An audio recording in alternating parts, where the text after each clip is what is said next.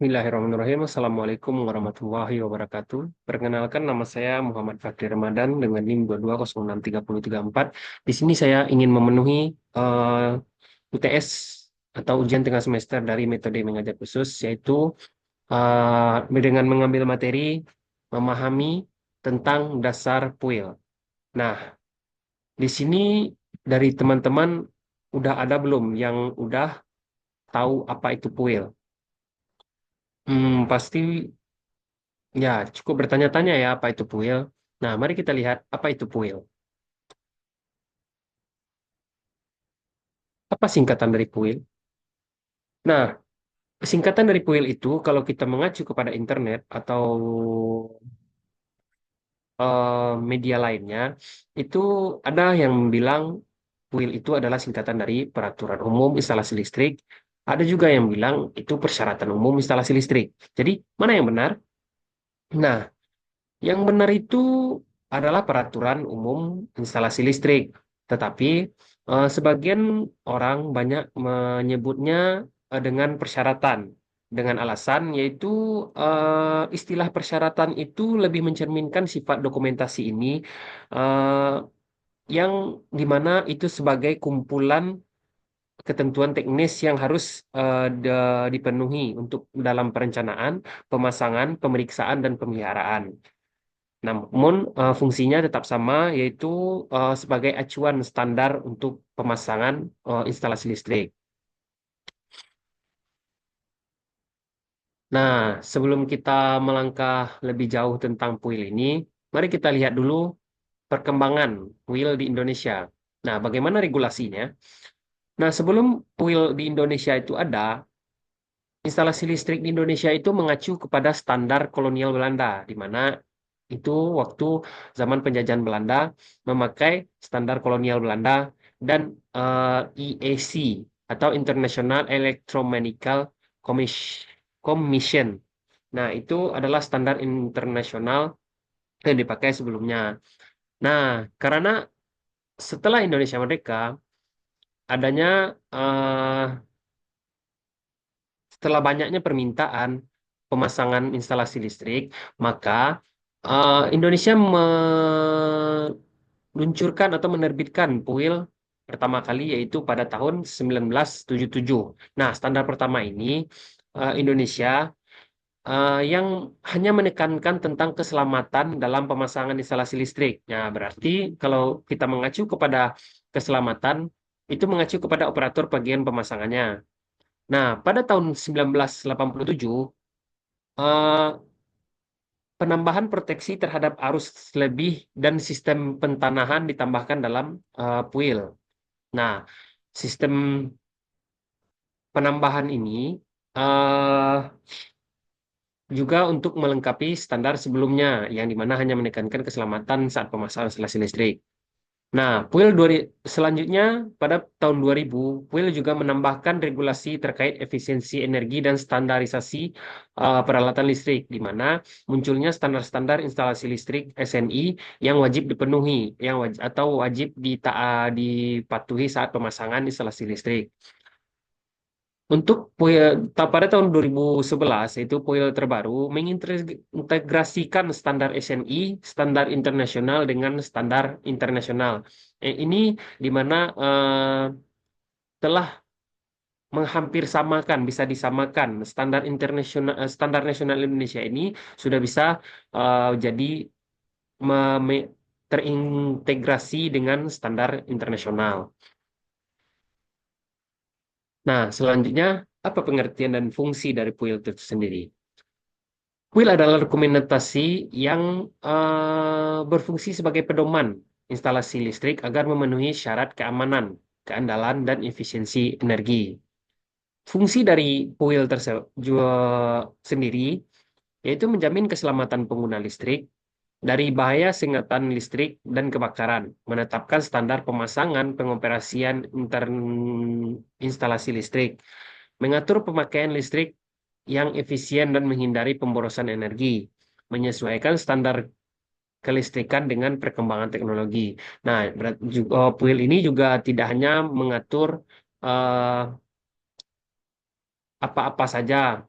baik dalam keamanan, keandalan maupun efisiensi, tapi juga uh, selalu menyesuaikan standar kelistrikan dengan seiring berkembangnya teknologi. Nah, apa tujuan utama dari PUIL? Tujuan yang pertama yaitu menjamin keselamatan manusia dan peralatan dari risiko listrik, yaitu sengatan listrik ya. Menjamin keselamatan manusia dan peralatan. Di sini menjamin keselamatan tidak hanya bagi operator pemasangan, juga konsumen yang memakai listrik. Dan risiko kerusakan peralatan seperti peralatan rumah tangga yang biasanya kita pakai. Yang kedua, meningkatkan keandalan sistem listrik agar dapat berfungsi tanpa ada gangguan. Nah, PUIL ini juga bertujuan untuk mengatur agar listrik itu berfungsi tanpa ada gangguan dan dapat di dapat meningkatkan keandalan sistem listrik. Yang ketiga yaitu membantu efisiensi energi dengan mengatur cara pemakaian listrik yang optimal. Nah, di sini PUIL juga mengatur pemakaian listrik yang optimal. Contohnya eh, pada daya 450 dipasang MCB 2 ampere. Nah, itu sebagai pembatas agar tidak melebihi dari kapasitas daya 450 tadi 450 tadi. Yang keempat adalah menyesuaikan standar kelistrikan dengan perkembangan teknologi. Nah, di sini penyesuaian standaran kelistrikan dengan perkembangan teknologi ya seperti yang dijelaskan tadi tidak hanya mengatur bagaimana pemasangan dan keselamatan saja, tapi PUIL juga selalu menyesuaikan standarnya dengan perkembangan teknologi-teknologi sekarang, di mana alat dan komponen-komponen lebih sensitif dan lebih canggih. Nah, apa saja ruang lingkup dalam PUIL dalam instalasi listrik? Ruang lingkupnya ada beberapa, yaitu sistem instalasi tenaga listrik untuk rumah tangga, industri, dan gedung komersial. Nah, yang kedua, sistem proteksi dan keamanan instalasi listrik seperti LCB atau LCB. Yang ketiga, sistem pertanahan atau grounding. Yang keempat, metode pemasangan kabel. Metode pemasangan kabel, metode pemasangan kabel ini juga diatur juga eh, ukuran, ukuran kabel, isolasi, dan jenis kabel. Persyaratan alat dan bahan listrik. Persyaratan ini seperti stop kontak, saklar, panel distribusi, dan lain-lainnya. Pengujian dan pemeliharaan listrik. Nah, untuk dalam pengujian juga diatur oleh PUIL untuk memastikan keandalan sistem. Nah, bagaimana prinsip dasar dari PUIL tersebut? PUIL itu yang pertama itu memprioritaskan keamanan atau safety. Nah, instalasi harus mencegah risiko sengatan listrik dan kebakaran. Sengatan listrik itu tidak hanya terjadi pada operator operator saja atau operator pemasangan, juga sebagai konsumen juga harus menghindari dari kebakaran. Yang kedua yaitu keandalan atau reliability. Nah, sistem itu harus stabil dan dapat dioperasikan tanpa gangguan. Jadi sistem itu eh, ketika dioperasikan tidak ada lagi gangguan yang dapat mempengaruhi kinerja listrik tersebut saat digunakan. Yang ketiga, tentunya efisien energi. Efisien energi memastikan listrik digunakan secara optimal. Contohnya pemakaian lampu LED dan transformator. Yang keempat, eh, standarisasi atau standardization. Eh, adalah semua komponen yang digunakan harus sesuai standar nasional maupun internasional. Kalau kita di Indonesia, yaitu ikuti aja standar nasional Indonesia atau SNI. Contohnya penggunaan peralatan listrik dengan sertifikasi SNI, entah itu kabel, komponen NCB dan segala macamnya. Nah, apa peran PUIL dalam pemasangan instalasi?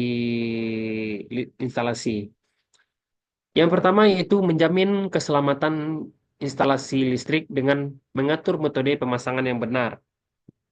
Yang kedua, menentukan spesifikasi peralatan agar sesuai dengan kapasitas daya. Seperti yang tadi, untuk daya 450 dipasang MCB 2 ampere, 900 dipasang MCB 4 ampere, dan seterusnya. Yang ketiga, yaitu mengatur sistem proteksi listrik melalui pemakaian perangkat pelindung. Yang keempat, mewajibkan pengujian dan pemeriksaan instalasi listrik sebelum dioperasikan. Nah, Will juga mengatur sebelum digunakan ada pengujian. Pengujian instalasi listrik, apakah instalasi listrik itu sesuai standar, amankah, dan sudah memakai peralatan yang berlabel SNI untuk digunakan di dalam instalasi sistem instalasi tersebut. Nah, kesimpulan dari materi ini ialah pedoman utama kuil itu adalah pedoman utama dalam instalasi listrik yang bertujuan untuk memastikan keselamatan, keandalan, dan efisiensi energi.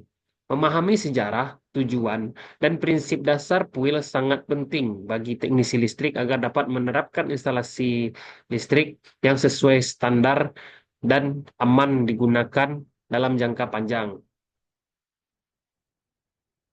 Nah, hanya sekian materi pada pertemuan kali ini. Jika ada salah, saya mohon maaf.